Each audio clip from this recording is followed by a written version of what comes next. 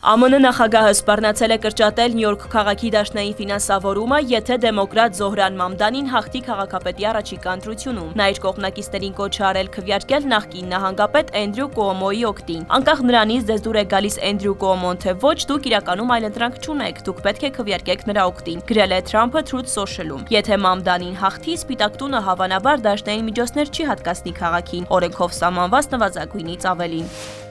Թուրքական Hürriyet թերթի փոխանցմամբ Թուրքիան մտադրություն չունի համագործակցել Նեթանյահուի գլխավորած Իսրայելի ներկայիս կառավարության հետ։ Թերթը նշում է, որ Իսրայելում նոր կառավարության հնարավոր ձևավորման գործում որոշիչ գործոններ կլինեն ինչպես գաղափարախոսությունը, այնպես էլ վարվող քաղաքականությունը։ Hürriyet-ն այս կերպ արձագանքել է Անկարայում ԱՄՆ դեսպանի եւ Սիրիայի հարցերով ԱՄՆ հատուկ ներկայացուցչի վերջերս արած այն հայտարարությանը, որ Թուրքիան եւ Իսրայելը չեն կռվի միմյանց դեմ։ Եվրոպական պոլիտիկա հրատարակության տվյալներով Եվրոպայում հաքերները վաճառում են ԵՄ-ի եւ ՆԱՏՕ-ի պաշտոնյաների, ինչպես նաեւ բելգիացի զինվորականների գտնվելու վայրի եւ տեղաշարժի վերաբերյալ տվյալներ։ Պոլիտիկոյի հարցմանն ի պատասխան Եվրոպական հանձնաժողովի մամուլի ծառայությունը տեղեկատվությունը որակել է մտահոգիչ եւ հայտնել, որ Եվրահանձնաժողովը իր պաշտոնյաներին տվել է նոր առաջարկություններ սարքերի կարգավորումների վերաբերյալ։